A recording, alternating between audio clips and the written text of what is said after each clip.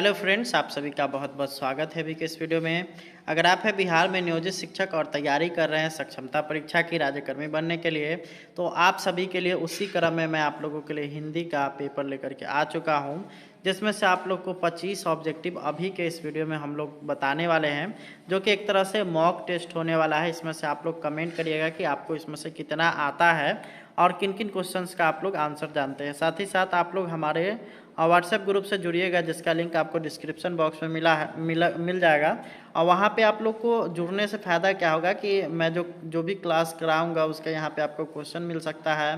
साथ ही साथ प्रत्येक दिन जो रात 8 बजे आप लोग का यहाँ पे क्लास चलता है, और रात 8 बजे या आज 7:30 बजे ही मैं आप लोगों से जुड़ूंगा, तो उसका जितना भी आपका पीडीएफ वगैरह होगा, आंसर होगा, सारा कुछ आप लोग को उसी ग्रुप में मिलेगा। साथ ही साथ वहाँ पे हम लोग सक्षमता परीक्षा से रिलेटेड और भी कुछ चीज़ें स्टार्ट करने वाले हैं। तो चलिए सबसे पहले हम लोग हिंदी के यहाँ पे मॉक टेस्ट वाले 25 ऑब्जेक्टिव क्वेश्चंस को देखने वाले हैं।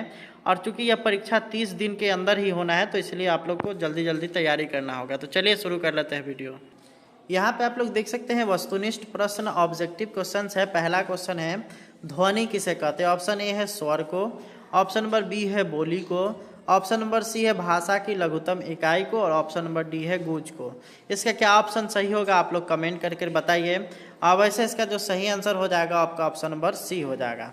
चलिए नेक्स्ट है अगला, यहाँ पर निम्नलिखित अक्षरों में कौन व्यंजन है। तो यहाँ पे देख लीजिए, अ है, उ है, छोटी ई है और च है। तो यहाँ पे ये जो तीनों आपको दिया गया है, ये सभी आपका यहाँ पे स्वर है, और ऑप्शन नंबर डी इसका बिल्कुल सही आंसर होगा। च जो है वो आप लोग का व्यंजन है। तो चलिए आगे हम लोग देखेंगे तीसरा नंबर सवाल की ओर। अगला सवाल आप लोग का है कि निम्नलिखित अक्षरों में कौन स्वर है। ऑप्शन ए है ग, ऑप्शन नंबर बी है छ, उसके बाद ऑप्शन नंबर सी है प, और ऑप्शन नंबर डी है आपका ई। तो इसका जो ई हो जाएगा बिल्कुल सही आंसर हो जाएगा। अगला सवाल हम लोग देखेंगे, तो नागरी वर्णमाला में कितने अक्षर है। अभी जो हम लोग नागरी वर्णमाला पढ़ते हैं, जिसमें क ख ग घ है लिखा हुआ, तो उसमें कितने अक्षर हैं। नागरी वर्णमाला को यहाँ पे हम लोग देवनागरी वर्णमाला भी बोलते हैं, और इसमें कुल अक्षरों की संख्या होता है 52 यानी 52। अगला है क से म तक के व्यंजन अक्षरों को क्या नाम है। ऑप्शन ए है स्पर्श है, ऑप्शन बी है ऊष्म है, उसके बाद ऑप्शन नंबर सी है अंतस्थ है, और ऑप्शन नंबर डी है मृदु है। तो इसका सही आंसर क्या हो जाएगा। यहाँ पे क से लेकर के म तक जो व्यंजन है उसको क्या कहा जाता है, तो उसको यहाँ पे आप लोग का जो सही आंसर हो जाएगा, क से म तक के व्यंजन अक्षरों का जो यहाँ पे क्या नाम है। ऑप्शन ए है स्पर्श, ऑप्शन बी है ऊष्म, ऑप्शन नंबर सी अंतस्थ, और ऑप्शन नंबर डी है मृदु। तो इसका सही आंसर हो जाएगा आपका ऑप्शन नंबर ए, यानी कि स्पर्श व्यंजन इसका हो जाएगा। अगला है य र ल व को कौन व्यंजन कहते हैं। तो इसका जो सही आंसर हो जाएगा, य र और ल व्यंजन को जो है यहाँ पे कहा जाता है य र ल व। तो ये हो जाएगा आपका अंतस्थ, यानी कि ऑप्शन नंबर सी हो जाएगा। अगला है तालव्य स, मूर्धन स, दंत स और ह को कौन सा व्यंजक कहते हैं। तो इसको व्यंजन कहते हैं, तो इसको कहा जाता है आपका ऊष्म व्यंजन। ठीक है। अगला यहाँ पर है 8वां नंबर सवाल, वो है आप लोग का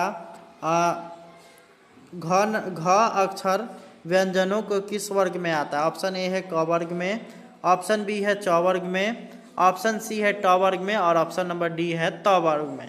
तो यहाँ पे आप लोग देख सकते हैं घ जो है वो क से जब स्टार्ट करते हैं तो इसमें घ आता है। तो यहाँ से जो ये आपका ये हो गया, इससे पता क्या चल रहा है कि ये क वर्ग का है, यानी कि ऑप्शन नंबर ए बिल्कुल सही हो जाएगा। अगला यहाँ पर है कि ज अक्षर व्यंजनों के किस वर्ग में आता है। ऑप्शन ए है क वर्ग में, बी है च वर्ग में, सी है त वर्ग में, और डी है प वर्ग में। तो यहाँ पे अगर आप लोग च छ ज ज लिखिएगा तो इसी में ना आपका ज आएगा। तो इसलिए इसका जो सही आंसर हो जाएगा आपका ऑप्शन नंबर बी, यानी कि च वर्ग। अगला हम लोग देखेंगे तो अंग यहाँ पे आप लोग देख सकते हैं ये र है, और र अक्षर व्यंजनों के किस वर्ग में आता है। तो ये हो जाएगा आपका ऑप्शन नंबर बी, यानी कि ट वर्ग में। ठीक है।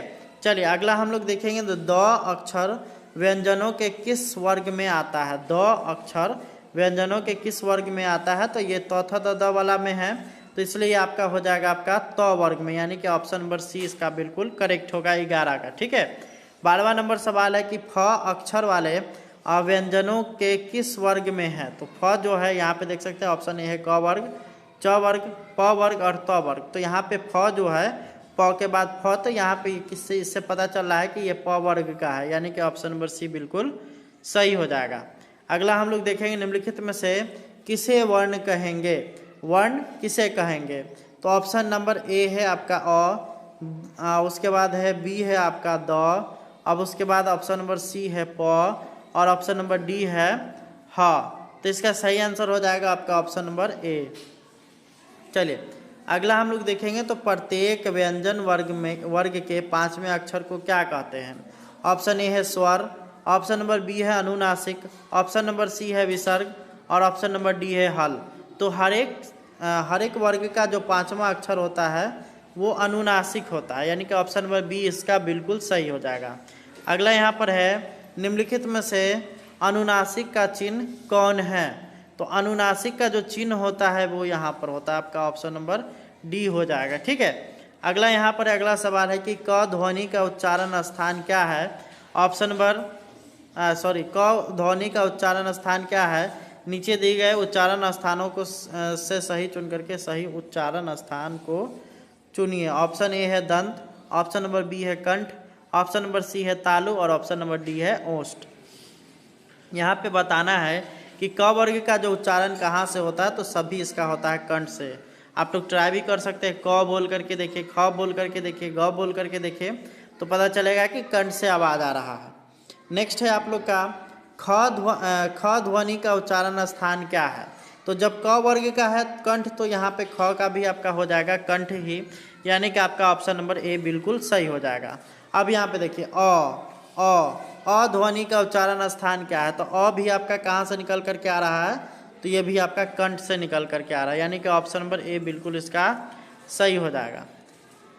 19वां नंबर सवाल हम लोग देखेंगे तो ट ध्वनि का उच्चारण स्थान क्या है?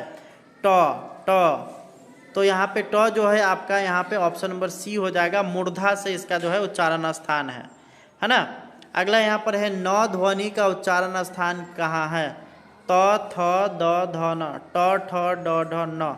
तो ये भी आपका हो जाएगा आपका ऑप्शन नंबर सी, यानी कि मूर्धा से। ठीक है, अगला है त ध्वनि का उच्चारण स्थान क्या है? तो ये हो जाएगा आपका ऑप्शन नंबर बी, यानी कि दंत से त ध्वनि का उच्चारण स्थान होता है। चलिए 22वां नंबर सवाल हम लोग देखेंगे तो यहाँ पर है थ ध्वनि का उच्चारण स्थान क्या है? तो त के बाद थ, तो थ भी आपका हो जाएगा आपका दंत में आ जाएगा। अगला यहाँ पर है द ध्वनि का उच्चारण स्थान क्या है? तो द का भी आपका हो जाएगा दंत, यानी कि ऑप्शन नंबर बी बिल्कुल सही हो जाएगा। अगला है हिंदी की उत्पत्ति किस भाषा से हुई है? ऑप्शन ए है अंग्रेजी से, ऑप्शन नंबर बी है उर्दू से, ऑप्शन सी है संस्कृत से और ऑप्शन नंबर डी है स्वतः। तो इसका जो सही आंसर हो जाएगा हिंदी का जो है उत्पत्ति ऐसा कहा जाता है कि संस्कृत भाषा से हुई है, तो इसलिए आपका ऑप्शन नंबर सी बिल्कुल सही हो जाएगा। अगला यहाँ पर है न ध्वनि का उच्चारण स्थान क्या है? तो इसका जो सही आंसर हो जाएगा ऑप्शन नंबर डी नासिका, इसका हो जाएगा न, ये आपका वहाँ उसमें आ गया। तो हम लोगों ने 25 क्वेश्चन की बात की थी और 25 क्वेश्चन हम लोगों ने कर लिया है। आप लोग जो है व्हाट्सएप ग्रुप से जुड़ जाइए, वहाँ पे आप लोग को ये मिल जाएगा। और जैसे ही ये वीडियो अपलोड होगा उसके बाद मैं इसको जो है आपके व्हाट्सएप ग्रुप में डाल दूँगा, साथ ही इसका आंसर भी मैं डालने का प्रयास करूँगा। तो धन्यवाद। अब आप लोग एक चीज़ और बताइए, कमेंट करिए कि क्या आप लोग को इंग्लिश का भी चाहिए क्या? अगर चाहिए तो आप लोग कमेंट करिएगा, तब मैं आज से एक और मॉक टेस्ट आप लोग के लिए डाल दूँगा। धन्यवाद।